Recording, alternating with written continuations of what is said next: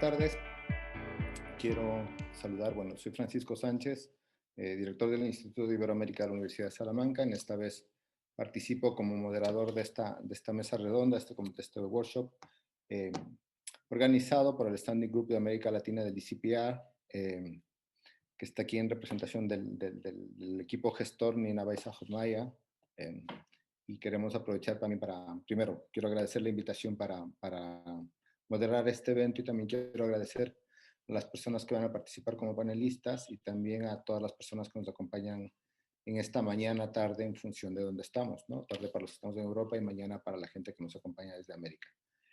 Vamos a proceder con una ronda de intervenciones, primero de 15 minutos, que nos van a acompañar los panelistas, donde van a hacer la exposición general centrada en el tema del giro y el posgiro a la izquierda, una comparación entre Bolivia y Ecuador, dos procesos que muchas veces se han querido ver como similares, pero hay muchísimas diferencias que explican las trayectorias de los dos procesos y que creo que también van a seguir marcando una diferencia en lo que venga después, ahora que se ha tratado de comparar nuevamente con la vuelta de candidatos de los movimientos y de los partidos, tanto en Bolivia y en Ecuador. La ronda de intervenciones va a comenzar con Felipe Urbano, a quien agradezco, es director de Flaxo Ecuador, y nos va a hacer una comparación mucho más general de los dos casos, retomando los dos casos de investigación que él trabaja, que su especialidad es la comparación entre países andinos, que es sobre lo que ha hecho sus investigaciones y su tesis. Luego estará Sofía Cordero, que también se ha especializado en la comparación, en este caso centrándose en el movimiento indígena y especialmente ha trabajado mucho más el tema de Bolivia también, y nos hará unas explicaciones de esa matiz y de esa diferencia. Y cerrará Raúl Aldaz, profesor de la Universidad de las Américas, que expondrá elementos comparativos poniendo énfasis en la trayectoria actual del proceso ecuatoriano. Así que nada, comenzamos con las intervenciones. Les pido de favor que tengan los micrófonos en silencio. Vamos a ir presentando en primer lugar el profesor Urbano de Lara, que tendrá una intervención de 15 minutos, y a continuación seguirá la profesora Cordero. Muchas gracias. Felipe, por favor.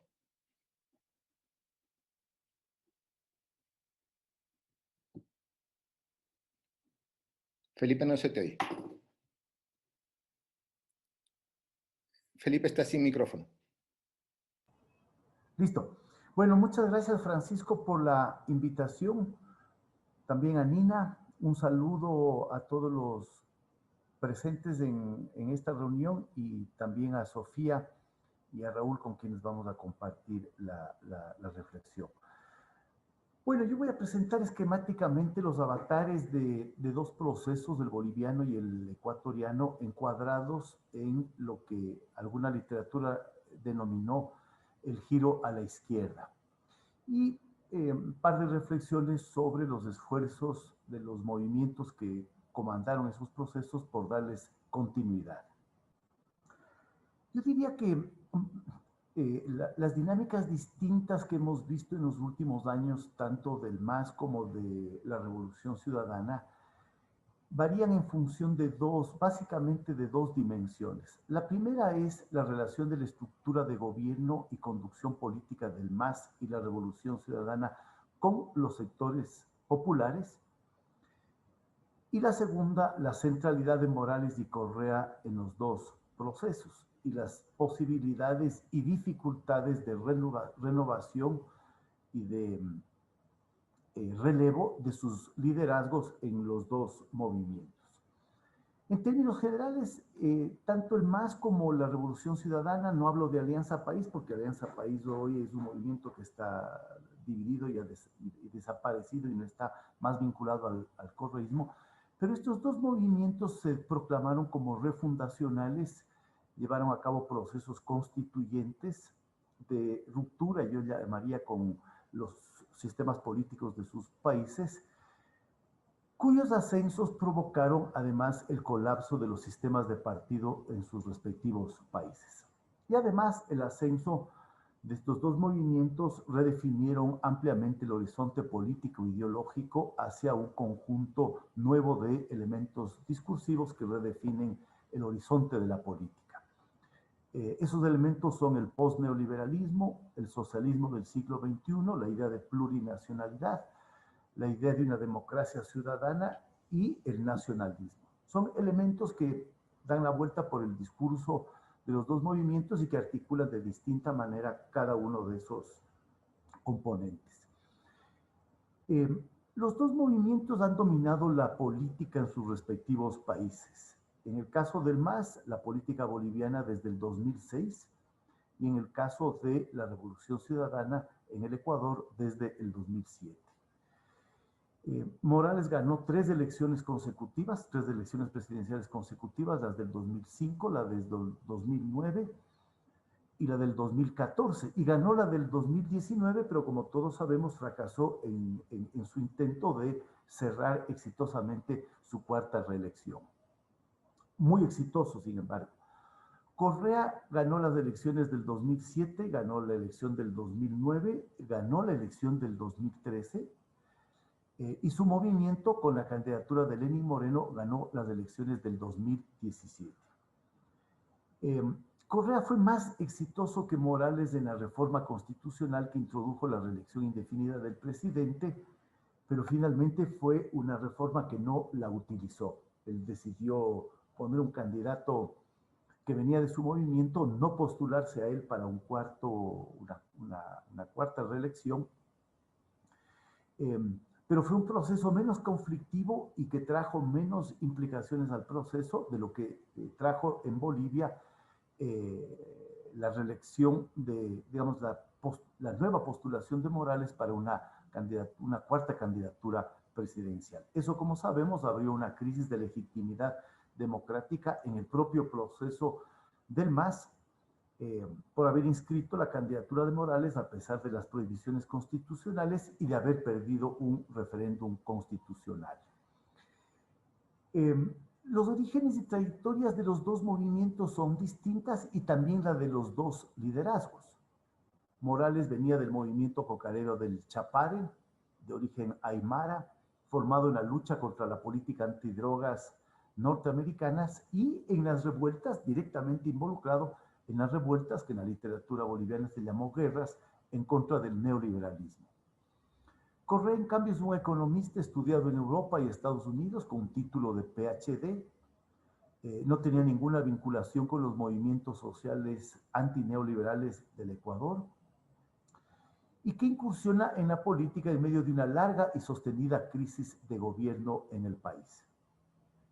Y en medio de esa crisis de gubernamentalidad que vivió el Ecuador durante casi un periodo de una década, él fue candidatizado por una diversidad de pequeños partidos de izquierda y organizaciones sociales. Una diferencia notable es la relación de estos dos liderazgos y de sus gobiernos con los movimientos sociales indígenas y populares. Morales, muy arraigado, es un liderazgo muy arraigado en la estructura organizativa de los movimientos sociales, a los que da cuotas de poder en la gestión de su gobierno, con una idea clara expresada en la Constitución, que es la construcción de un Estado plurinacional. Una construcción que trata de ser un proceso conjunto desde lógicas que vienen del gobierno y que se encuentran con lógicas que vienen desde los movimientos sociales. Esta dinámica de conducción de Morales ha sido definida por Mayorga, y me hago eco de su comprensión de estilo de gobierno, que operaba siempre en una tensión entre el mandato y lo que Morales y lo que Mayorga llama la contingencia. Es decir, un poco la propia peculiaridad del MAS, ser un partido y a la vez ser un instrumento político de los sectores organizados. Entonces, Morales es un conductor político que recibe un mandato de sus bases, un conjunto de organizaciones con las cuales mantiene un contacto permanente, la CONALCAM, pero a la vez se reconoce un espacio abierto a la decisión, actuación de la conducción política de Morales.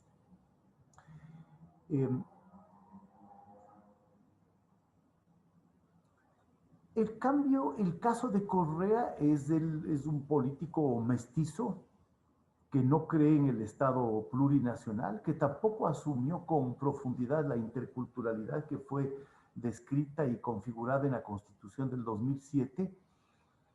Su proyecto más bien aparecía orientado como, digamos, por un objetivo que era crear un poder ciudadano como sustento de una nueva democracia. Sin embargo, en el caso de Correa, a mí me parece que lo que se crea y de la Revolución Ciudadana es un poder popular articulado al Estado, con esta idea muy fuerte del retorno del Estado, y articulado también al líder carismático de Correa sin la mediación de los movimientos sociales y las organizaciones sociales. Correa tiene además una característica que le diferencia de Morales, que es convertir su formación académica en un recurso permanente para legitimar su autoridad sobre la sociedad. Se ubica por encima de las organizaciones, se ubica por encima de las élites políticas, de las élites mediáticas, reivindicando, esto a mí me parece interesante, un derecho de las clases medias ilustradas para gobernar, pero sin conexión con el mundo popular, salvo su propia construcción y prestigio carismático, que además esa lógica carismática se inscribe y la inscribe permanentemente en una relación de conflicto con las estructuras de poder y las élites partidarias. A mí me parece que el proceso ecuatoriano describe más claramente una ruptura populista en los términos de Ernesto Laclau. Recoge demandas insatisfechas, las articula políticamente alrededor de un liderazgo carismático y las moviliza en un antagonismo en contra de lo que genéricamente se llama la estructura de poder oligárquico. Entonces, Correa lo que hace es montar una estructura de conducción política desde arriba que articula la capacidad y el poder del Estado a un núcleo de gobierno poderoso y legitimado en el liderazgo carismático. Un núcleo de gobierno muy cerrado y sin ninguna rendición de cuentas. En los intentos por relevar a los liderazgos de los dos movimientos, la trayectoria y los resultados han sido muy diferentes. Mientras el MAS se mantiene, después de la última elección, como la fuerza política más importante de Bolivia, con una clara hegemonía nacional desde la izquierda, que le permitió volver al poder después de la crisis de octubre del 2019, el correísmo ha perdido fuerza electoral, ha dejado de ser el partido hegemónico en el Ecuador, aunque sigue siendo el movimiento más fuerte. Y hoy quizá, me voy a referir a esto más adelante, quizá es el dato más interesante del último proceso electoral, es un movimiento que ha encontrado una competencia política con una izquierda que si bien se muestra como predominante, como tendencia predominante en el Ecuador, se manifiesta también muy dividida y enemistada. En el caso de Bolivia, lo que hemos visto es una renovación del proyecto del MAS con Carlos Arce, que se traduce un crecimiento, que se tradujo en un crecimiento de la votación del movimiento en las elecciones del 2020. Arce recupera parte de la votación del MAS que había perdido Morales en las elecciones del 2019. Morales obtuvo en esa elección el 47% y Arce logró el 55% en las elecciones del 2020. O sea, llevó de alguna manera la votación del MAS a los niveles que había alcanzado originalmente en el 2005, pero todavía muy debajo por los éxitos rotundos de Morales en el 2009 y en el 2014, cuando obtuvo una votación presidencial del 64 y 61% respectivamente. Me parece que esta recuperación que provoca la candidatura de Arce y el triunfo de Arce en la elección del 2020 viene acompañada de un fenómeno que a mí me parece que hay que trabajar mucho, que es una cierta conciencia de que los afanes de perpetuarse en el poder de Morales llevaron a la crisis política de octubre. Entonces hay una recuperación y renovación del proyecto con alternancia y cambio en la dirección. Un presidente mestizo hoy en Bolivia con un perfil tecnocrático, con su propio prestigio político, fruto de su imagen como hacedor del milagro económico de Bolivia. Aliado con un vicepresidente aymara, Daniel Choquehuanca, milenarista andino, distanciado de Morales y con una base propia entre las dirigencias aymaras del altiplano paseño. Entonces, me parece que es una renovación interesante del proyecto a través de una inversión de la fórmula Morales-Linera. Hoy es una fórmula en donde el presidente es un mestizo y el vicepresidente es un indígena aymara. ¿Qué es lo que representa la recuperación del proyecto de cambio? Con una propuesta y un desafío enorme: retomar el programa económico antineoliberal llamado comunitario, social y productivo, que descansa en la capacidad del Estado para generar y captar excedentes de la explotación de recursos naturales y transferirlos a sectores productivos generadores de empleo y una política de redistribución del ingreso. El caso de Correa y de este intento de relevo es un caso muy distinto. La primera elección de la Revolución Ciudadana sin Correa fue en el 2017, pero gana el candidato que había puesto el correísmo, lo cual quiere decir que el movimiento ganó 4 elecciones presidenciales consecutivas y estuvo a un tris de triunfar en la primera vuelta electoral frente a Guillermo Lasso, el candidato de la derecha, en la elección del 2017. Sin embargo, esta primera elección y este primer intento de relevo de liderazgo de Correa termina en la ruptura con Moreno, la división del movimiento, la ruptura del correísmo, digamos, de una trayectoria aparatosa del gobierno de Lenín Moreno, ¿no? Que se consolida inicialmente y sustenta esta ruptura con el correísmo en una amplísima coalición anticorreísta que poco a poco se va desvaneciendo y que va perdiendo consistencia y horizonte. Y lo que tenemos hoy día es un gobierno extremadamente débil, sin ningún rumbo, sin ningún proyecto, sin ninguna visión, sin ningún liderazgo que deje esta transición, este momento de gobierno a partir del desacuerdo con Alianza País, deja al país en una situación muy compleja. La última elección del 5 de febrero, disculpen, estoy corriendo para tratar de ajustarme al tiempo, del 5 de febrero reciente, Alianza País, la Revolución Ciudadana, puso un candidato joven, Andrés Arauz. El movimiento apostó a una renovación de su liderazgo por fuera de los dirigentes más duros identificados con el correísmo y que tuvieron un papel preponderante en el gobierno. Sin embargo, es un candidato joven, desconocido, con cierto perfil académico, con poca experiencia en el sector público, sin presencia política y sin arraigo popular ni militancia, salvo su adhesión incondicional a la Revolución Ciudadana. Por eso los más cercanos a Correa hablan de Arauz como un pura sangre de la Revolución Ciudadana. Arauz tiene una cosa muy paradójica, y es que crece políticamente a costa de sí mismo, porque el crecimiento suyo en la campaña y como figura política es un crecimiento de Correa, que es quien está detrás de esta candidatura. El problema con Arauz es que nadie sabe si va a gobernar él, cómo va a gobernar él, o si será simplemente un gobierno de transición para facilitar el regreso de Correa al gobierno después de algún proceso que tendrán que inventarse. Lo que hemos visto en la trayectoria en el último proceso electoral es una pérdida de terreno, sin embargo, de la Revolución Ciudadana. Si uno compara la votación de Arauz con las de Correa en el 2013, cuando obtuvo el 56.9%, y luego la de Moreno en el 2017, cuando obtuvo el 39.6%, que ya marcó una caída significativa de la del 2013, Arauz muestra todavía un debilitamiento más de las fortalezas electorales, con un 32%.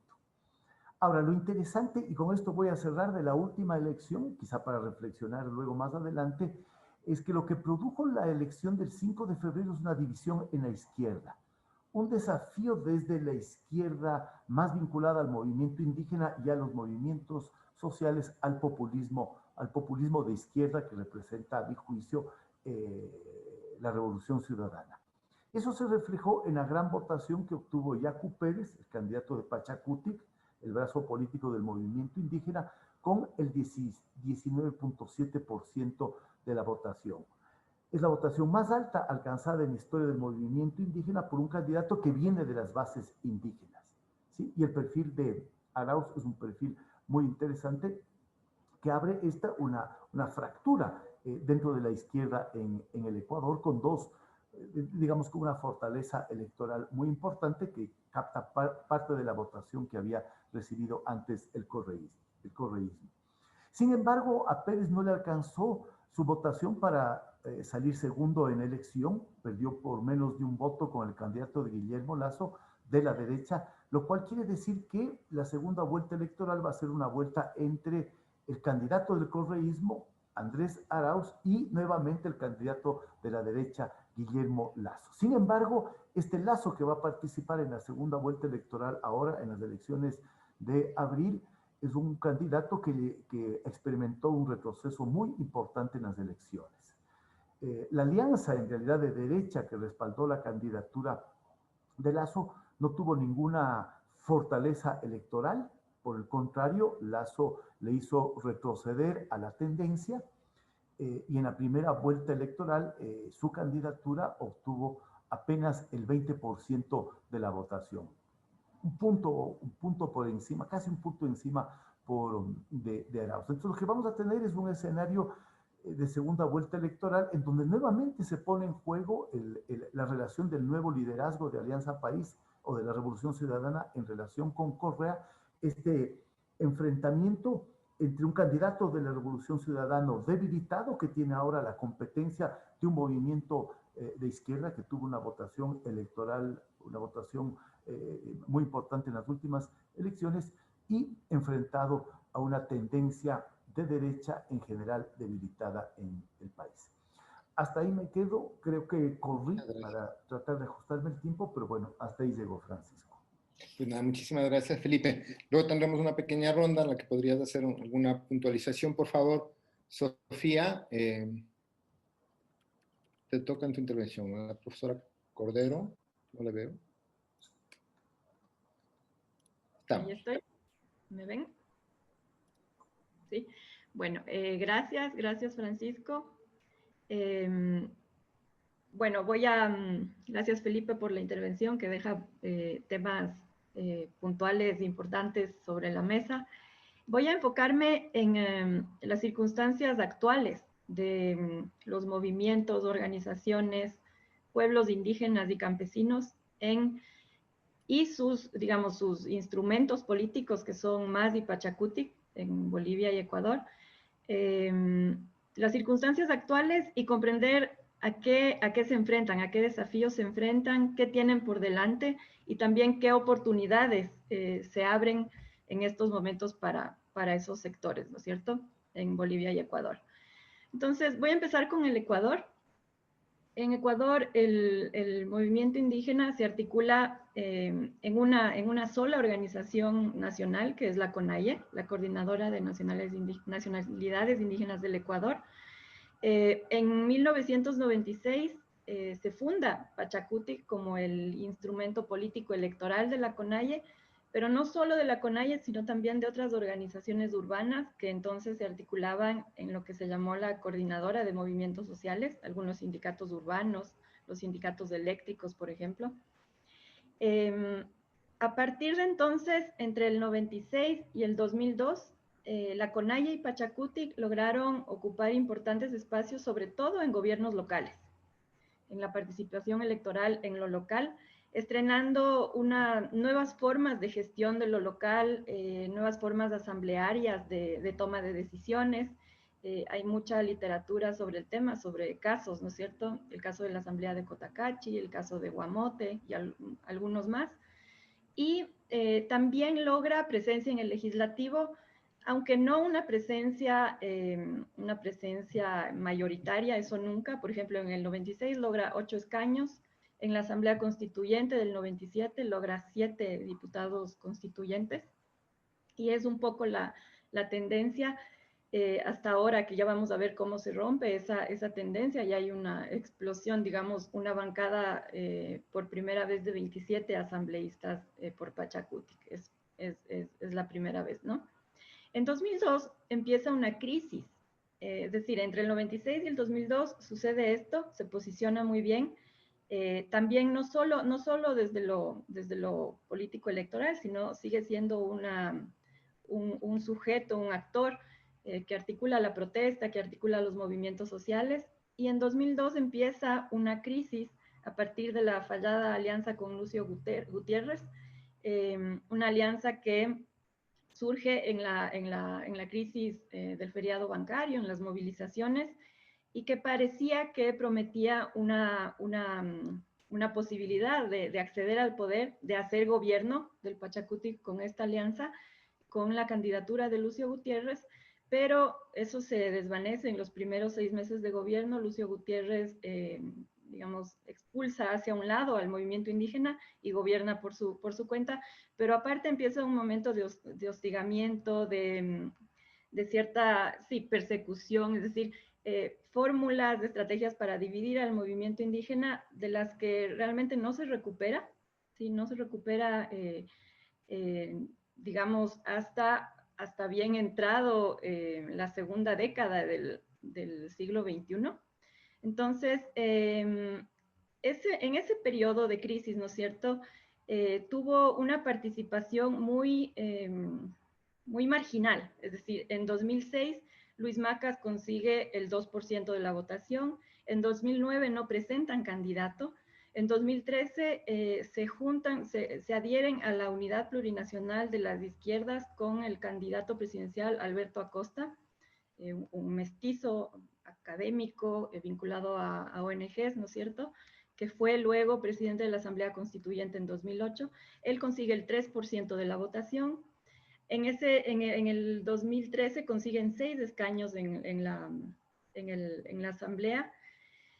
En 2007 establecen un acuerdo nacional por el cambio, en donde el candidato fue Paco Moncayo, ¿sí?, exalcalde de Quito, un personaje público, consigue el 6% de la votación.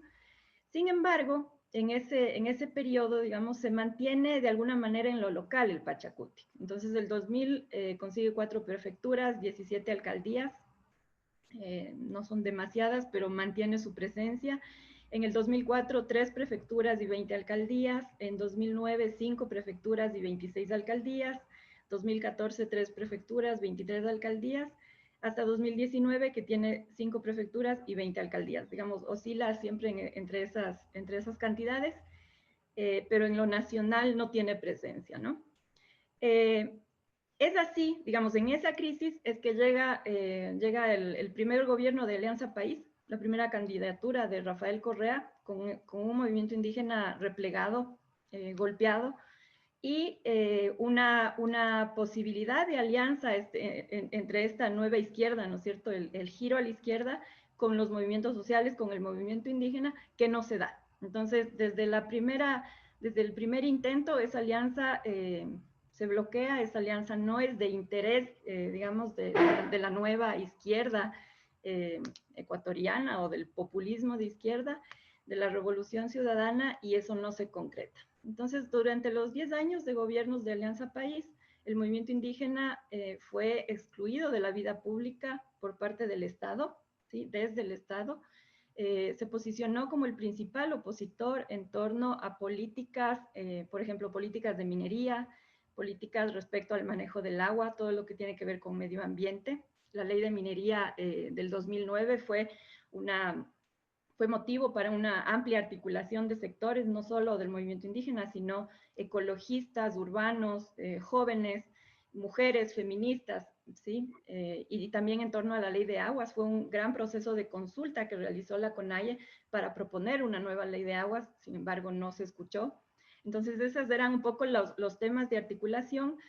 Y aparte de eso, el movimiento indígena fue un actor que siempre reclamó derechos, es decir, derecho a la protesta, derecho a la movilización.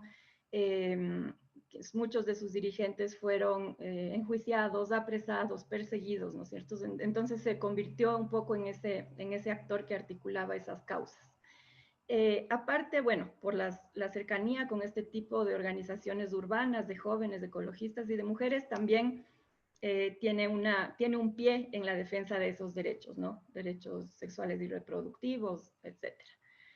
En el 2019, el movimiento indígena dio una sorpresa, porque después de 10 años de gobierno de la Revolución Ciudadana, como digo, había estado replegado de la participación. Era un poco un enigma. ¿Qué pasa con el movimiento indígena? Más allá de los que estudian el movimiento indígena, para la ciudadanía o para los ojos del el ciudadano de a pie, ¿qué pasó con el movimiento indígena? Entonces, en 2019 da una sorpresa porque a partir del decreto 883, que eliminaba los subsidios a los combustibles, ¿no es cierto? Logra una capacidad de movilización que sorprende y se toma, digamos, la ciudad de Quito y obliga al gobierno a dar marcha atrás en la medida.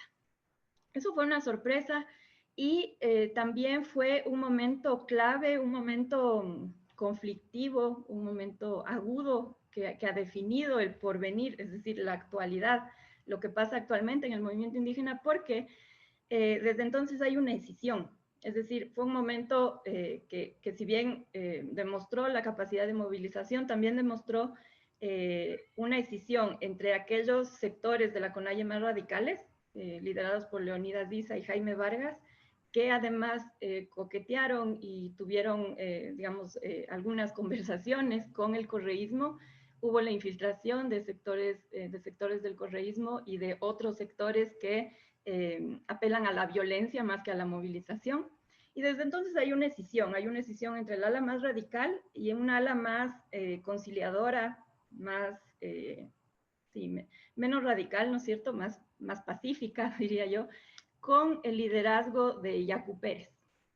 Esa división provoca conflictos ahora constantemente en todas las decisiones de la CONAIE y de Pachacutic.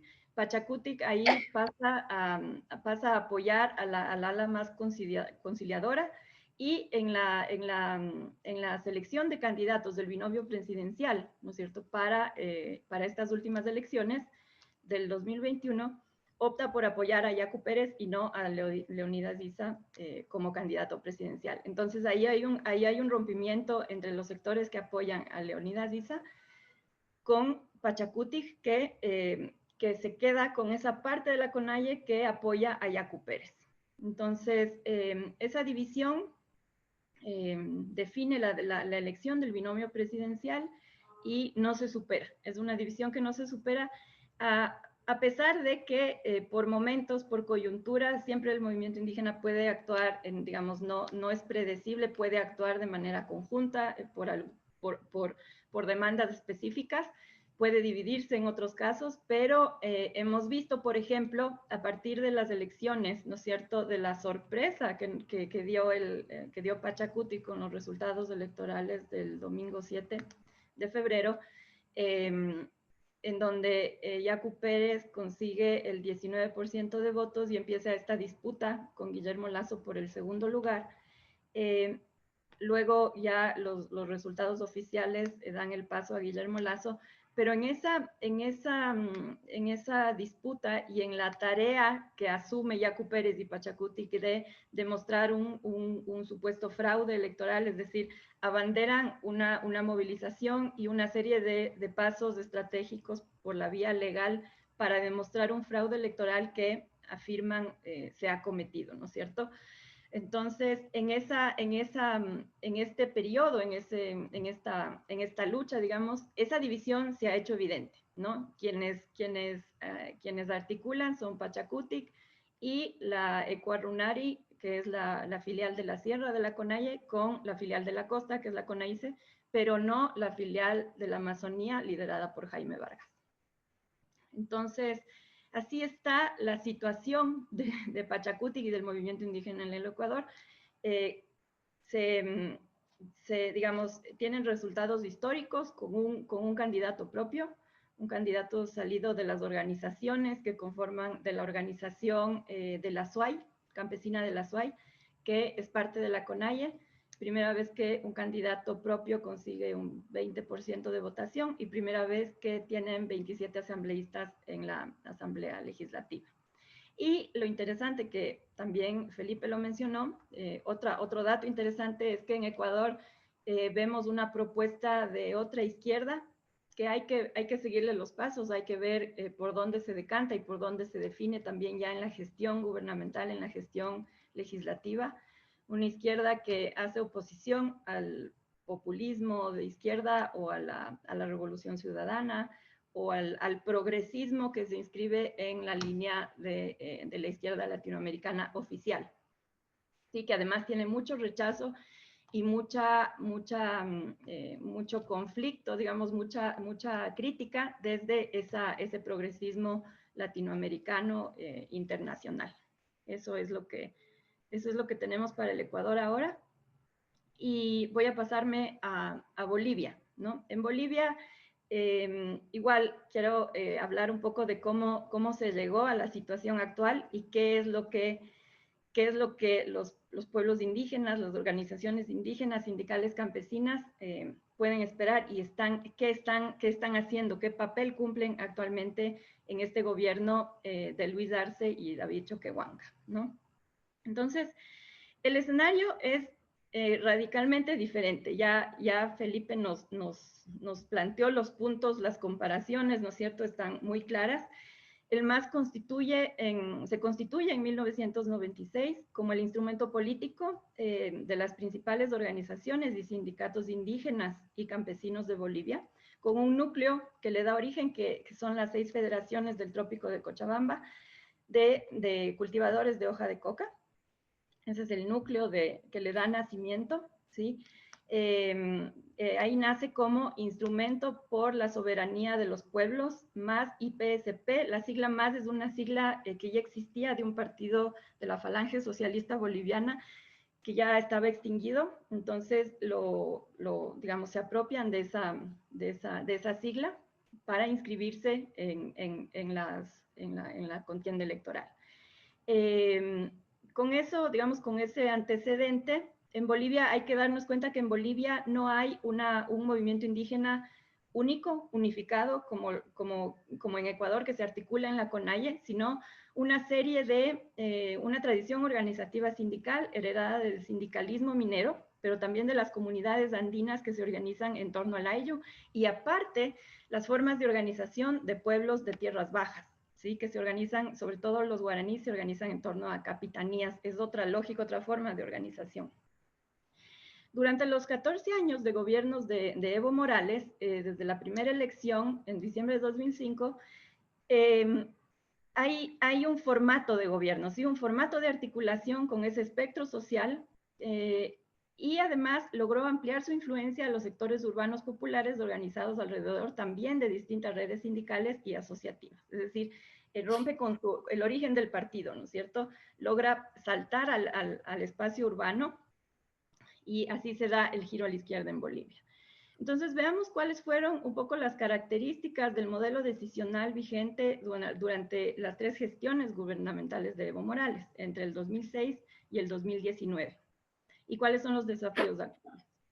El estilo de gobierno que se mantuvo durante esos 3 periodos estableció un modelo de toma de decisiones que dependió siempre de la centralidad de Evo Morales, por su papel, digamos, su papel coetáneo como presidente del Estado, jefe de partido y líder de las organizaciones sindicales campesinas.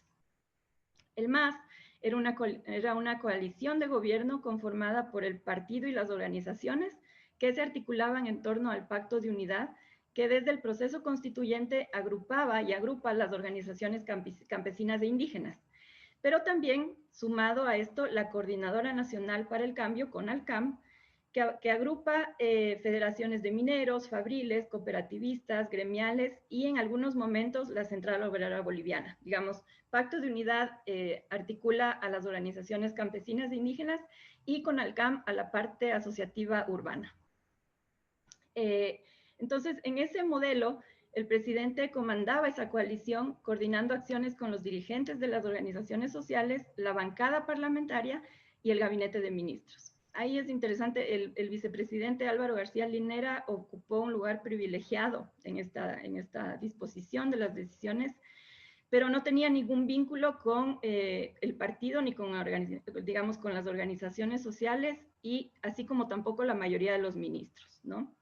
En ese esquema organizativo entró en crisis, digamos, ese esquema organizativo entra en crisis a partir de la campaña por el referendo de 2016, cuando se consulta por la modificación de un artículo en la Constitución para la reelección indefinida, en donde, digamos, gana el no, hay un rechazo para esta propuesta con el 52%. Esa capacidad de acción hegemónica del MAS que había demostrado llega a su fin. Es decir, pierde en la disputa discursiva por el sentido de la democracia. Es decir, hay un rechazo de la ciudadanía por la perpetuación en el poder de Evo Morales, por esa intención, ¿no es cierto? Y a pesar de que gana el no en ese referéndum, se da una sentencia del Tribunal Constitucional Plurinacional que da curso a la habilitación de Evo Morales para que se candidatice una vez más. Entonces ahí viene una serie de protestas opositoras con el lema respeto al 21F, que enlazan la defensa de los valores democráticos, o sea, la alternancia en el poder, el pluralismo y la vigencia del Estado de Derecho, mientras que el MAS se queda con esta equivalencia entre democracia y justicia, inclusión, estabilidad y crecimiento económico, reducción de la pobreza, etcétera, pero pierde toda capacidad de ser el que lleva el baluarte de la democracia, ¿no es cierto? Entonces, así llega a las elecciones del 2019 el MAS, muy golpeado, con graves cuestionamientos de su capacidad de agente democratizador, ¿no es cierto? Y en la coyuntura crítica de octubre, cuando el MAS gana las elecciones de octubre del 2019, luego se da digamos, este golpe de Estado, la renuncia del binomio, las acciones del MAS dejan ver esa ausencia de una estrategia para afrontar el conflicto, o sea, una incapacidad de afrontar el conflicto, y se desata las protestas desde la parte urbana del país, ¿sí? Se exacerban el clivaje campo-ciudad, el clivaje étnico, una protesta urbana con fuertes prejuicios racistas, el clivaje regional, ¿no es cierto?, de la Media Luna, Santa Cruz contra La Paz, aparecen grupos irregulares, ¿sí?, justificados por una histeria colectiva de una idea de una invasión campesina, ¿sí? Y aunque el MAS había vencido en los comicios, no tiene la capacidad, es decir, el apoyo en las urnas no se traduce en acciones de movilización desde las organizaciones para la defensa del gobierno. Entonces, ahí hay una debacle del MAS, hay una desarticulación del MAS, viene la renuncia del binomio, ¿no es cierto?, el amotinamiento policial, la sugerencia de las Fuerzas Armadas de renunciar, y viene la derrota política y una rearticulación del MAS, de su base social, y con esto ya voy cerrando, ¿no es cierto? Ahí el MAS enfrenta un complejo proceso de adaptación a nuevas condiciones, o sea, pasa de ser el partido de gobierno a estar casi en la clandestinidad, sus bases perseguidas, su militancia, ¿no es cierto?, encarcelamiento, es decir, y un partido, un instrumento totalmente desarticulado. Ahí viene un momento de nueva articulación en donde hay una crítica fuerte del Pacto de Unidad, de no volver a aceptar, es decir, esta línea de liderazgo lineal, jerárquico de Evo Morales, ¿sí? Entonces, se da una nueva articulación entre la Asamblea Legislativa, digamos, la bancada legislativa del MAS, el Pacto de Unidad y muchos distritos del Alto que cierran filas también en defensa del proceso de cambio, ¿no? El gobierno de Yanine Áñez se desenvuelve en esta triada, ¿no? Entonces, una asamblea legislativa con Eva Copa, que es una mujer del Alto que asume el liderazgo, asume la presidencia de la asamblea legislativa, digamos, un pacto de unidad que retoma el origen del partido, ¿sí? Rechaza hay un resentimiento, una sensación de traición de aquellos funcionarios, ministros que renuncian en esta crisis del golpe de Estado. Y aquí yo planteo la hipótesis de que hay una rearticulación hacia volver al origen del MAS, ¿sí? Hay un rechazo a los candidatos invitados, cómo se llama? La definición del binomio presidencial de Arce y Choquehuanca fue altamente conflictiva, es decir, el Pacto de Unidad propone David Choquehuanca, Andrónico Gutiérrez, que es un liderazgo que aparece en la crisis del golpe de Estado y de la crisis de las elecciones del 2019, pero desde Buenos Aires, ya con Evo Morales en Buenos Aires, se define el binomio presidencial por Luis Arce y David Choquehuanca. Ahí hay una, digamos, la aceptación del Pacto de Unidad de este binomio estuvo en manos de David Choquehuanca, que en un ampliado multitudinario en la Ciudad del Alto dio un discurso de horas hasta que logró que, digamos, hasta que logró que las organizaciones que lo apoyaban y que querían que sea el candidato presidencial acepten el binomio con Luis Arce en base a una serie de argumentos de que Luis Arce es el hacedor de la política económica, de la estabilidad, del éxito del proceso de cambio, etcétera, y él como el protagonista del ala indigenista, ¿no? Entonces, eso, digamos, planteo eso de que el MAS vuelve a su origen de partido de las organizaciones sociales, pierde su hegemonía nacional, sin embargo, en las presidenciales de 2020, por una serie de razones, por una serie de articulaciones y por el impacto de un año de gobierno autoritario, ¿no es cierto?, digamos, muy traumático para el país, el binomio del MAS arrasa con el 55%. No así en las elecciones locales, pero eso hay que reconocer que siempre ha habido voto cruzado. Es decir, el MAS gana en lo nacional, pero en lo local, los departamentos que votan por el MAS en lo nacional no votan por gobernador por el MAS o por alcalde por el MAS, etc. Hasta aquí. Gracias.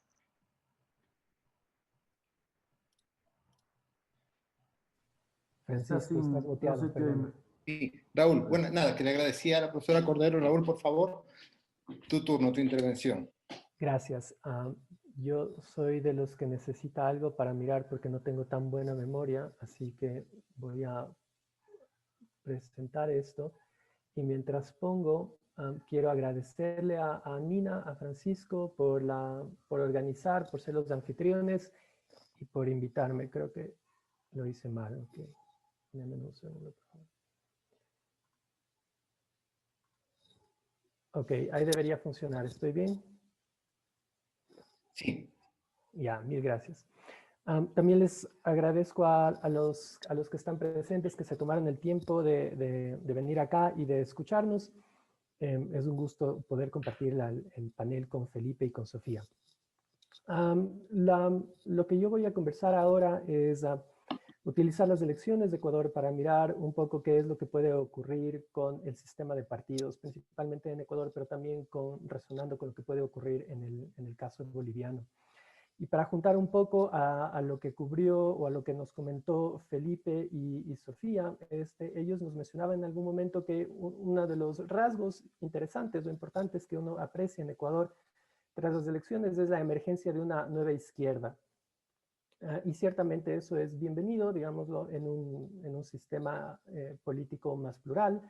Pero lo que yo creo es que es probable que esta nueva izquierda y la izquierda vieja, por ponerle un nombre, pueda verse golpeada por las circunstancias económicas que van a tener que enfrentar. Así que lo que yo les vengo a contar, el argumento que yo tengo es que hay motivos para pensar que puede venir una nueva dislocación del sistema de partidos, especialmente en Ecuador.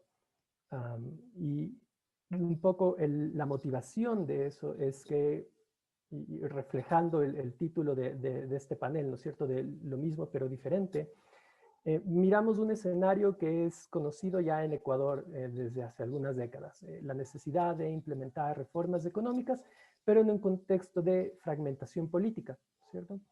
Y uno de los resultados que hemos visto de casos similares en la región, especialmente en los 90s y 2000, es que tras las reformas de mercado hubo un proceso de dislocación del sistema de partidos, ¿no es cierto? Esta es una de las posibles explicaciones al colapso del sistema de partidos en la zona andina.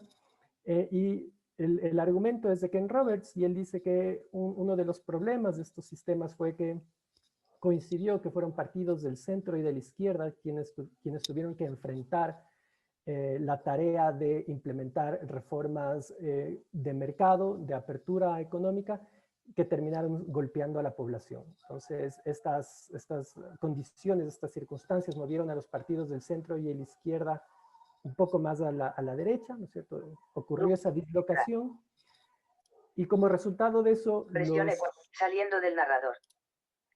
Y como resultado de eso, los votantes de estos partidos de alguna forma se vieron alienados, ya no se vieron identificados en estos partidos, y eso abrió el flanco izquierdo del espectro político para la emergencia de nuevos partidos y de nuevos liderazgos, ¿no es cierto?, que ya nos comentó Felipe.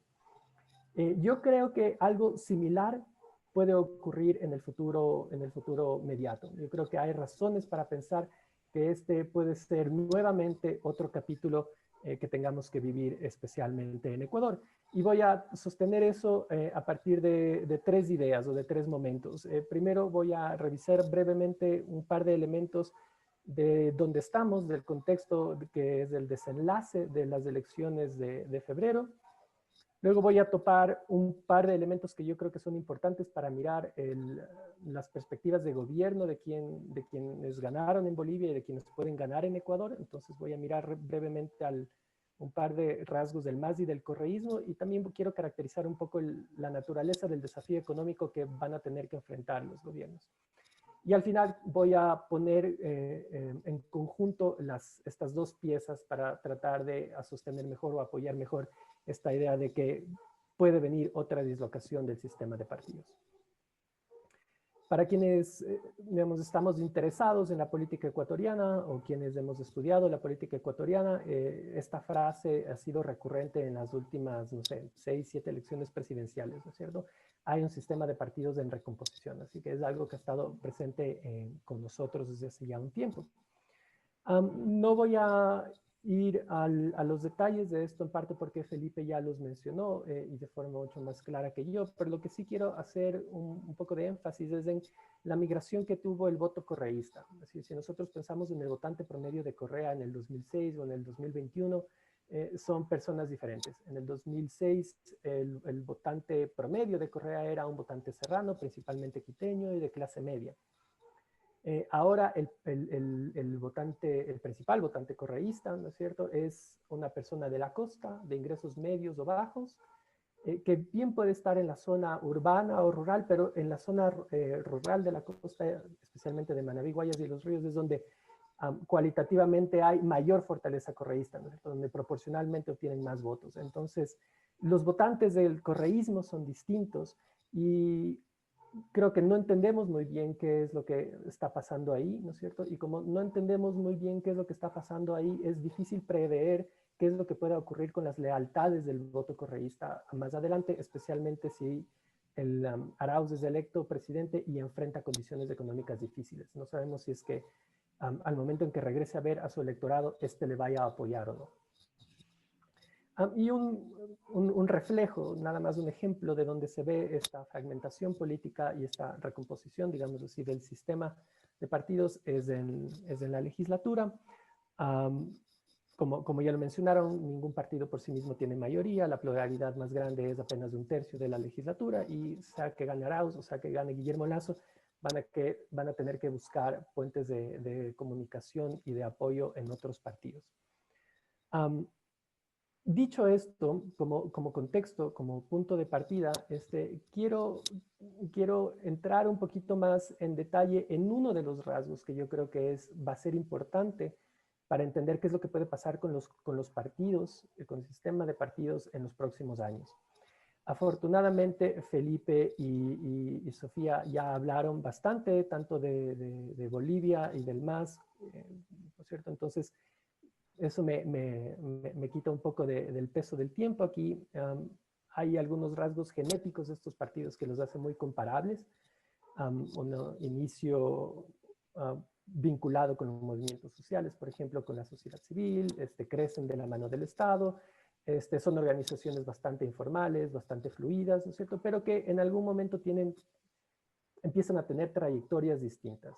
En el lado de Alianza País o del correísmo, empieza a existir un proceso de concentración de poder, ¿no es cierto? El anillo de toma de decisiones con el tiempo se hace cada vez más pequeño. César Ulloa y parte de mi trabajo también en la organización partidaria dan cuenta de un proceso de concentración de poder y específicamente de concentración en manos de Correa. Y en ese sentido, el MAS es distinto. Con esto no quiero decir que no hubo concentración de poder en manos de Morales o que no hubo un proceso de jerarquización en el partido, pero que si lo vemos de manera comparada, el MAS termina teniendo canales de comunicación mucho más orgánicos y mucho más activos con la sociedad. Es decir, hay capacidad de influencia de las organizaciones de base sobre las decisiones del partido y eventualmente en el pasado sobre decisiones del gobierno. Y creo que esa es una ventaja comparativa que tiene el MAS al momento de ser gobierno que no tiene el correísmo.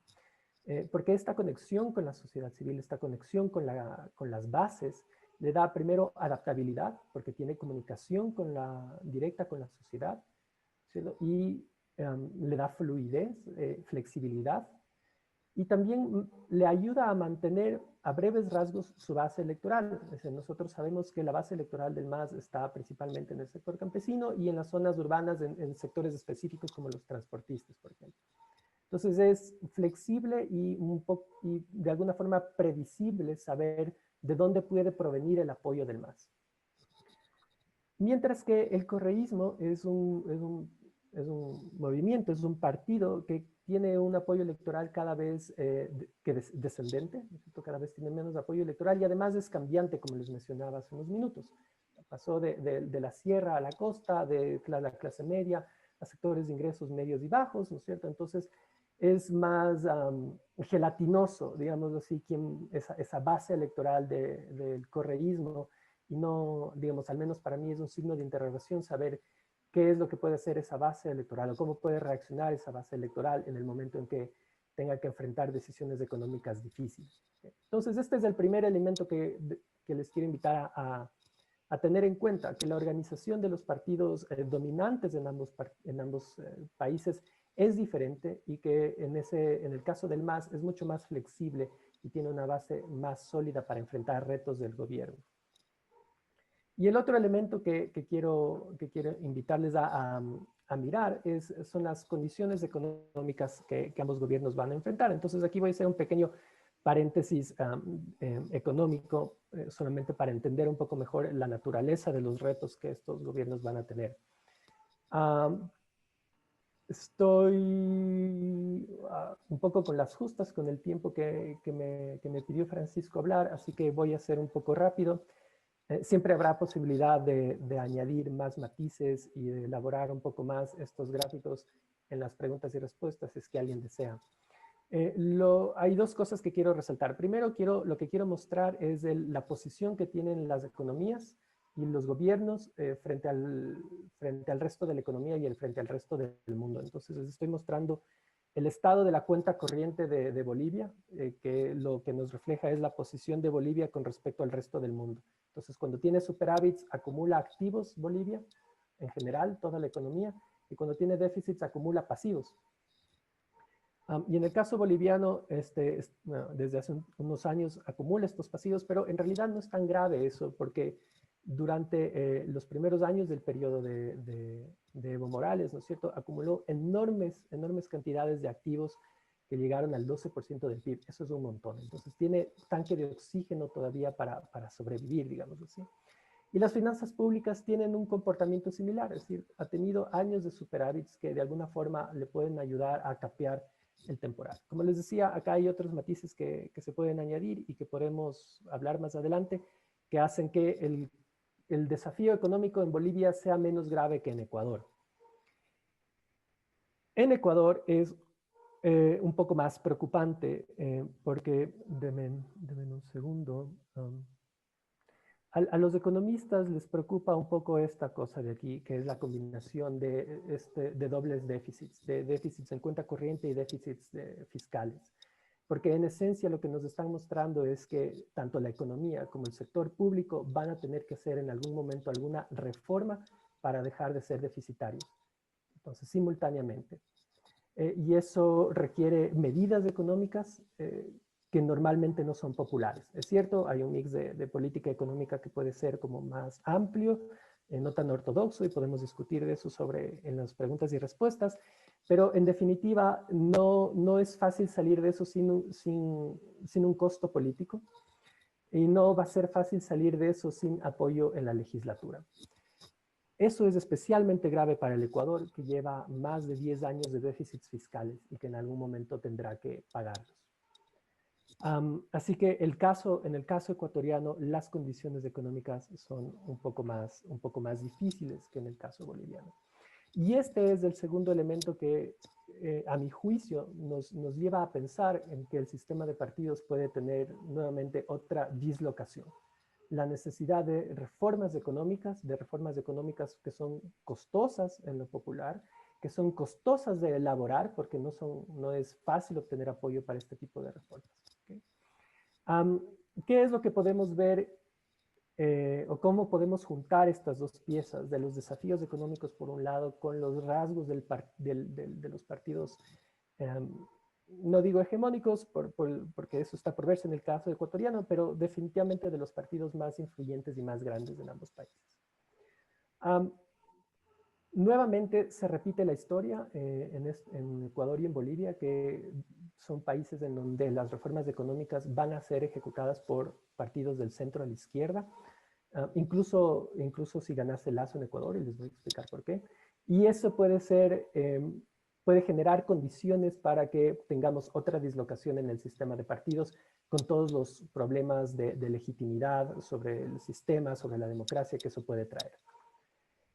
En Bolivia el escenario no es tan malo, no es tan negativo, en parte porque las condiciones económicas no son tan apremiantes, pero también porque el partido de gobierno tiene capacidad de diálogo con la sociedad, tiene una base de electores que no solamente que le informa sobre sus preferencias, sino que también pueden ser un apoyo político, porque es una base un poco más organizada y más conectada, digamos así, con el gobierno. En el caso ecuatoriano es más difícil. Primero porque las propias condiciones económicas son más apremiantes, ¿cierto? Es más urgente la necesidad de la reforma, porque además del partido de gobierno, sea quien gane, va a ser de minoría en el Congreso y va a necesitar buscar apoyo político. Y con un detalle adicional en el caso de que gane Andrés Arauz, es que va a tener unas lealtades políticas o un electorado gelatinoso, y que, al menos a mi juicio, es difícil prever cómo pueda reaccionar frente a medidas económicas difíciles o de austeridad. Pero si ganase Guillermo Lasso, ¿no es cierto? Que es la otra opción, va a requerir cualquier reforma que Guillermo Lasso quiera implementar en conjunto con el legislativo, va a requerir necesariamente de votos tanto de Pachacútec como de la izquierda democrática, en cuyo caso, aunque sea de segundo orden e indirectamente, la izquierda o el centro pudiera estar involucrado nuevamente en el manejo de crisis económicas, con el costo político que eso puede tener y con el costo electoral que eso pueda tener, ¿no es cierto? Con lo cual abriríamos nuevamente signos de interrogación sobre lo que puede pasar en el sistema de partidos más adelante. En honor al tiempo, me quedo ahí con los 15 minutos que me asignó Francisco y Nina al inicio. Cualquier inquietud puedo intentar solventar en las preguntas y respuestas. Gracias. Muchísimas gracias, Raúl. Bueno, como vamos un poquito más de tiempo, por favor, a los compañeros que intervinieron en primer lugar. Felipe, no sé si quieres hacer alguna matización, puntualización. Te pediría que sea breve, por favor, y lo mismo para Sofía, en caso que quieran hacer alguna intervención sobre las cosas que se han dicho, hacer alguna aclaración de lo que ustedes han planteado. Felipe, por favor, si tienes algo más que añadir, o prefieres ceder el turno de palabra para que avancemos a preguntas. Estás sin micrófono, Felipe. No, cedo el turno de la palabra para más bien responder a las preguntas y las inquietudes que puedan tener quienes han escuchado las intervenciones. Gracias, Felipe. Sofía, ¿quieres añadir alguna cosa más? No, igual. Sí. Pues, Raúl, que te quedaste sin tiempo, ¿quieres abundar alguna cosa más o estamos bien ahí? Pues perfecto, les agradezco mucho. Sí, estoy bien. yo creo que han sido las intervenciones, la verdad, bastante completas y se han ido complementando muy bien desde una visión general o una más centrada en el movimiento indígena y cuáles han sido las distintas trayectorias, tanto como organizaciones sociales y organizaciones de gobierno o las relaciones con el gobierno, en el caso de Pachacuti, y finalmente con una perspectiva bastante interesante a futuro, que es lo que estaría planteando el escenario del post-viaje, por parte de Raúl, en que además analiza cuál sería la estructura más institucional y del sistema de partidos en el Parlamento y qué podríamos esperar, ¿no? Con un escenario mucho más alentador para Bolivia, que también vendría a ratificar esto que hemos estado viendo a lo largo de todas las intervenciones, de que la diferencia que van marcándose en los dos países fue la relación entre el gobierno y las organizaciones sociales y el partido, a diferencia del gobierno de la Revolución Ciudadana en el Ecuador, que al haberse centrado casi exclusivamente en Correa, era débil desde el punto de vista institucional y débil en la relación con los electores y las bases sociales. Pues dicho esto, abro una ronda de preguntas a las personas que quieran intervenir. Les pido de favor que me manden las preguntas por el chat y yo las voy planteando y las voy interviniendo. Si por favor también me dicen si quieren plantear la pregunta específicamente para alguien o si no, ya les voy a hablar en una parte, voy a plantearles generalmente, voy a plantear en general, de manera general, por favor. Hay una pregunta de Andrés Villarreal que pregunta ¿a qué creen que se debe la fuerte imagen de Rafael Correa pese a no estar en el país? ¿Alguien quien se anima? El que primero se anime, por favor, de los tres panelistas. Repito la pregunta. ¿A qué se debe o por qué creen ustedes que Rafael Correa mantenga la fuerte imagen como candidato, como líder, aunque no sea un candidato de facto, pese a no estar aquí en el país? ¿Quién se anima? Raúl, te veo pensando, anímate. Es mi cara de seriedad, Francisco.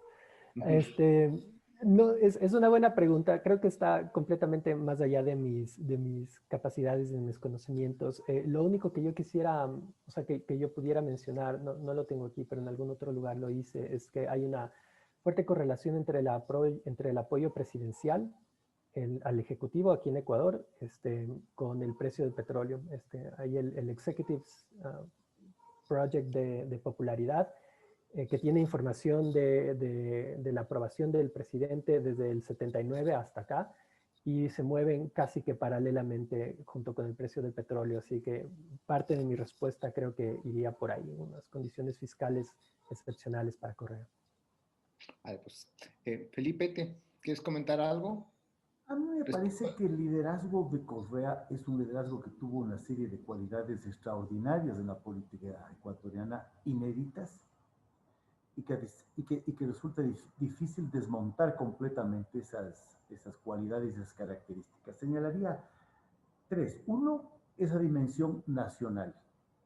O sea, nunca tuvimos un movimiento y un candidato que se proyectara nacionalmente por encima, incluso en determinado momento, de las fracturas regionales y territoriales, que es lo que está pasando ahora y que comentaba Raúl. O sea, hay una reversión, digamos, de ese proceso de Alianza País o de la Revolución Ciudadana hacia la costa. Pero en determinado momento, Correa fue un liderazgo que cubrió todo el espacio nacional, inédito. Además, sustentado en una práctica territorial muy importante de penetración territorial de su propio liderazgo. O sea, Correa recorrió el país durante los 10 años y recorrió permanentemente el país durante los 10 años que estuvo en el gobierno.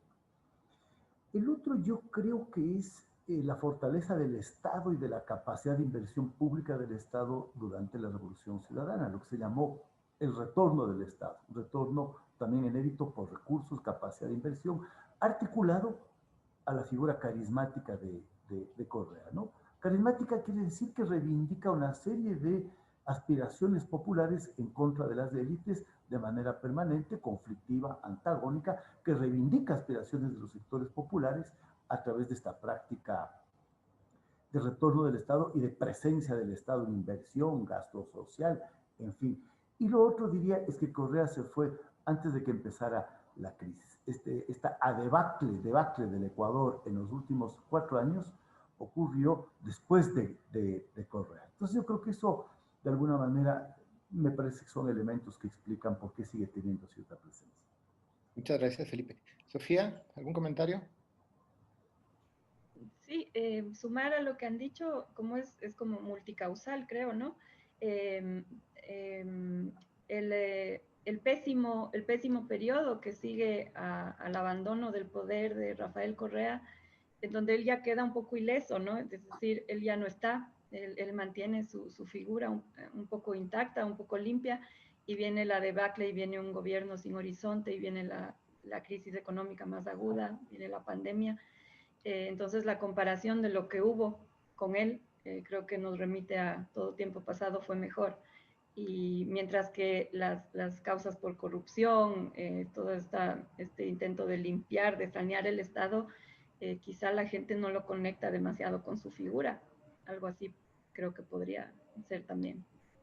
Gracias. Tenemos otras preguntas. Hay una pregunta que nos la plantea Ingrid Ríos. Les voy a leerla. Dice lo siguiente. Bueno, primero felicito a los panelistas por las interesantes intervenciones y tiene dos preguntas. La primera es que se habló mucho de Alianza País, Correa Arauz como populismo de izquierda. Sin embargo, se mencionó como Pachacuti ha logrado articular las demandas de diversos movimientos sociales en Ecuador como el ambientalista. Este sería el enunciado o el antecedente de la pregunta. Pregunta, ¿podríamos pensar, así como en una nueva izquierda, en un nuevo populismo? Es decir, si hay una nueva izquierda que sería esta que representa a Pachacuti, ¿habría la posibilidad de un nuevo populismo? Uno que integre o emane desde los movimientos sociales, es decir, un nuevo populismo que junte o que se vincule con los movimientos sociales, y cita autores como Aslanidis y Schur, que ya han tratado este tema. También voy a leer otra pregunta para que ustedes por favor la tengan presente. A los panelistas voy a hacer un recopilatorio y así, si ustedes quieren hacer unas intervenciones generales para que ustedes puedan ir comentando en honor al tiempo y tratamos de que la mayor cantidad de las preguntas sean contestadas. Dice, Evo Morales ha sido un acérrimo defensor, esta pregunta la plantea Paul Troncoso Montes. Dice, Evo Morales ha sido un acérrimo defensor de la candidatura de Arauz. Ha realizado múltiples tweets de apoyo, mostrando su continuo apoyo. Ha criticado muchísimo a sus detractores en diversas fuentes, entre otros eventos que lo alejan de sobremanera de un candidato que a priori sería más afín por la prevalencia de los principios, como es el de Yacu Pérez. Entiendo que la pregunta va vinculando el movimiento indígena tanto de Bolivia como el hecho de la candidatura de Morales como representante también o vinculado a la organización indígena. ¿Por qué Evo se opone a la izquierda más ecologista, feminista y progresista mientras pacta y apoya unequívocamente con la izquierda extractivista y conservadora de Arauz Correa? David Gómez también tiene otra pregunta. Mi pregunta es en general, ¿por qué Ecuador y Bolivia parecería que no necesitan coaliciones para gobernar? Dice, partiendo de que en Bolivia es el MAS el que gobierna y en Ecuador es el correísmo el que puede gobernar. O si son gobiernos de coalición, la pregunta le apunta a una realidad en el mundo, no con un absolutismo, en el cual los partidos únicos no pueden gobernar y necesitan coaliciones como en España. Muchas gracias.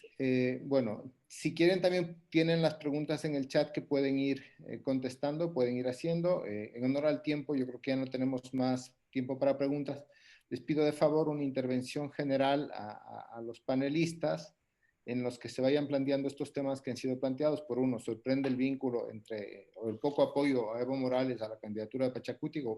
¿Cómo estarían esos vínculos entre Pachacuti y el MAS o las organizaciones indígenas campesinas del Perú? Si es que puede haber un nuevo movimiento populista que conecte realmente con unas bases populares y no esté tan centrada en el liderazgo de una persona, como podría haber sido el caso de Correa. Y por último, también se está hablando de estos partidos o de estos gobiernos sin necesidad de coaliciones, sino más bien de gobierno único que tendríamos en el caso del MAS o lo que fue Alianza País en su momento. Por favor, si alguien se anima, alguien de los tres panelistas, rompe el silencio. Vamos, por favor. ¿Puedo empezar? ¿O Felipe? Sí, bueno, empiezo yo. Sobre la posibilidad de un populismo, digamos, de un nuevo populismo, creo que lo que distingue justamente al MAS y lo salva, digamos, de tener estas ambigüedades o quizás estas incertidumbres que tiene actualmente el correísmo es justamente ir más allá del populismo y tener una articulación organizada, es decir, una articulación con bases organizativas, ¿no es cierto?, que van más allá de la articulación de la masa con un líder y que no permiten, es decir, si bien Evo Morales sí tuvo siempre una línea vertical de toma de decisiones, una línea en donde la autoridad, el poder se concentró en su figura, no tuvo la libertad de acción que tuvo, por ejemplo, Rafael Correa, y como dije al final de la exposición, quizá no lo pude detallar tanto, la ausencia actual de Evo Morales es definitiva en el desafío del nuevo MAS. Es decir, el MAS ya no tiene el modelo, la estrategia de toma de decisiones que tuvo durante 14 años y está buscando ese nuevo modelo. No hay una figura que reemplace a la de Evo Morales y tampoco hay una intención de buscarla. Es decir, hay más bien posiciones que critican la postura o los intentos de Evo Morales de querer seguir siendo ese pilar de articulación, que sobre todo se ve en la figura de David Choquehuanca y las organizaciones que le dan apoyo, que son frontalmente críticos con esta dinámica. Entonces, creo que en Ecuador, la característica de la CONAIE y del Pachacutic no permiten que sea un populismo en donde, o sea, es decir, Yacu Pérez no es un liderazgo carismático, no va por ahí, tiene una trayectoria distinta que se parece mucho más a las dirigencias sindicales, organizativas, campesinas de Bolivia que a un populismo de izquierda como el del correísmo. Entonces no veo las características para que la nueva izquierda articulada en Pachacutic pueda repetir las características de un populismo al estilo correísta. Y sobre el apoyo de Evo Morales, creo que hay que distinguir mucho entre este progresismo internacional como una red internacional que se beneficia del poder, de beneficios, de favores, ¿no es cierto? Es decir, saborear el poder a nivel internacional del progresismo, en donde veo que, es decir, apoyan con mucho desconocimiento, es decir, Evo Morales desconoce profundamente la realidad ecuatoriana, la desconoce, no sé por qué, por falta de interés, la desconoce, y simplemente son consignas que el progresismo defiende, y en esa línea Evo Morales va a defender al candidato del correísmo, sea quien sea, ¿sí? De ahí hay voces críticas dentro de Bolivia con esa tendencia a apoyar el progresismo, sea quien sea cual sea la realidad en cualquier país. Pero no es la línea de Evo Morales. Evo Morales no es crítico con eso. Él se inscribe directamente en la línea del progresismo internacional y va a apoyar a los candidatos que se adhieran a esa línea, ¿no? En ese sentido, David Choquehuanca es mucho más crítico, por ejemplo, ¿no? Ahí sí podemos conversar de que conoce la realidad ecuatoriana también por su experiencia, por sus estudios, entonces él no va a tener una postura de defender al candidato del correísmo sin más. En caso de Morales es así. Eso.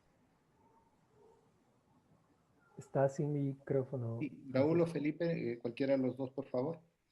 Si está bien con Felipe, puedo tomar yo la pregunta en las condiciones. Dale, Raúl. Gracias. Los partidos necesitan establecer acuerdos políticos y desde esa forma, la coalición puede ser un concepto que se aplique a varias formas de acordar, incluso en el caso de partidos mayoritarios o de gobiernos unificados, como cuando Alianza País tuvo la presidencia y más que una mayoría cualificada en el Congreso. Creo que hay distinciones, sí, para entender mejor cómo operó Alianza País en aquel momento. Recuerden, solo voy a mencionar algunos nombres de cómo funcionó Alianza País desde la Asamblea Constituyente, Congresillo y las diferentes asambleas. Alberto Costa tenía constantes diferencias con Rafael Correa, ¿no es cierto? Betty Amores, Juan Carlos Casinelli, Rosana Alvarado, Rosana Queirolo, Virgilio Hernández. Es decir, si nosotros, por hablar solamente de los legisladores, si nosotros pensamos en quienes fueron asambleístas de Alianza País, nosotros vamos a ver que es una colección de personas con una gran diversidad de preferencias. En la práctica, Alianza País operó como una organización que pudo mantener esa coalición. Fue, a diferencia de de los sistemas parlamentarios, donde son reglas institucionales las que ayudan a la conformación y el manejo de la coalición. En el caso de Correa, por ejemplo, fue el partido, una organización que facilitó la coalición de personas tan disímiles como las que acabo de mencionar.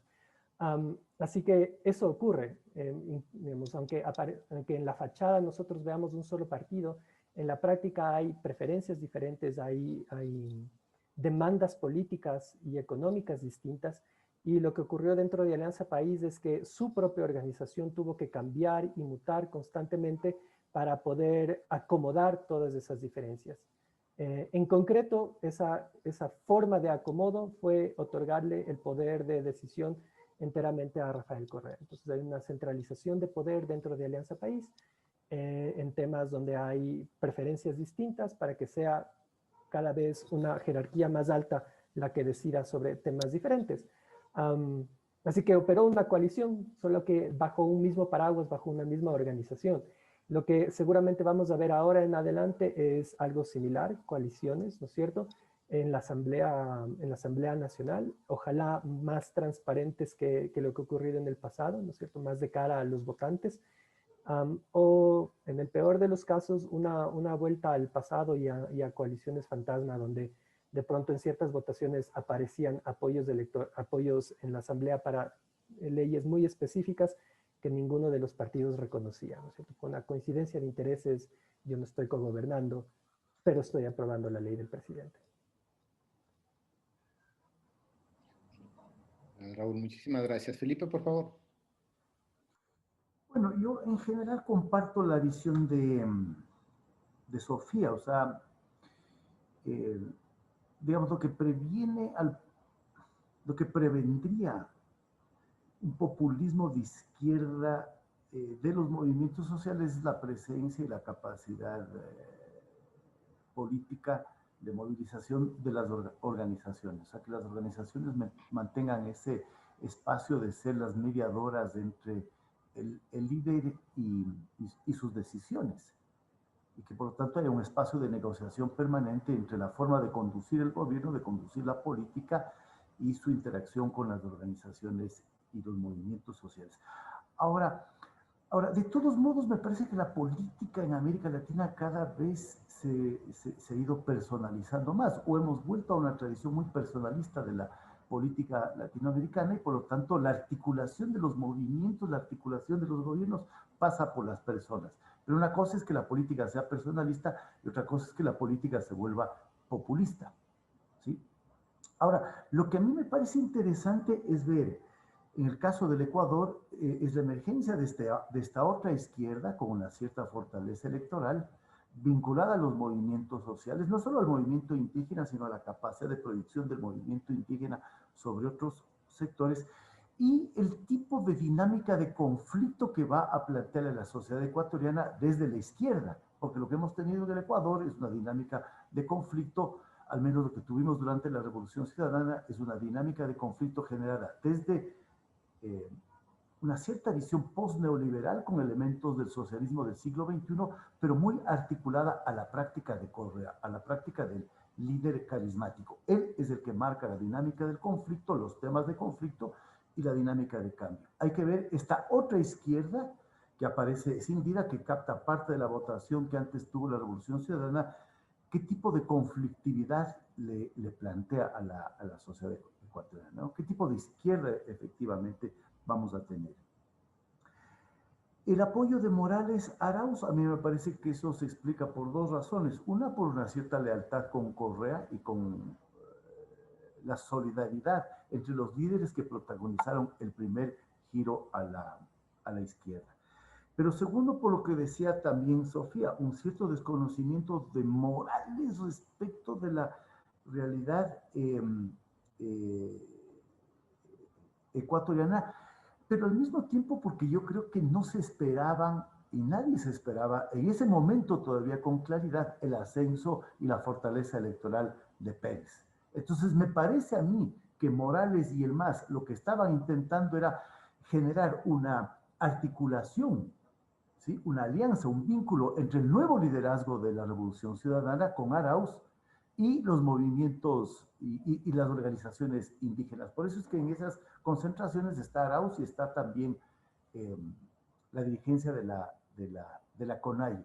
O sea, tratar de, a través de Arauz, generar un movimiento más cercano, una candidatura más cercana a los movimientos sociales, aprovechando este momento de efervescencia popular que se produjo en Bolivia con el retorno de Morales. Pero se equivocaron, porque la votación importantísima que sacó Pérez, vinculado más a las organizaciones campesinas, como que desmontó esa estrategia, ¿no? Y sobre lo otro, yo diría, el problema yo creo que es, en parte, esto de creer que uno puede gobernar sin coaliciones.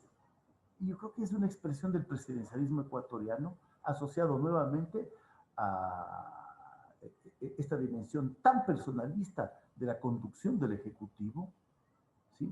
Y a una cierta idea de yo puedo gobernar en la medida en que mantengo mi pureza política, ¿no? En la medida en que no me contamino con la corrupción de la política. Y por eso yo siempre pongo distancias frente a las coaliciones. Las coaliciones tienen una sensación, digamos, un dejo de contaminación, ¿no? De que yo pierdo mi pureza y entro a este mundo del reparto, de la corrupción con la que se asocia la política. Entonces, es una consecuencia del presidencialismo, del personalismo que acompaña al régimen presidencial y de un cierto mesianismo, ¿no? Que nos hace pensar, o les hace pensar a los políticos, que basta con capturar el poder del Ejecutivo para gobernar.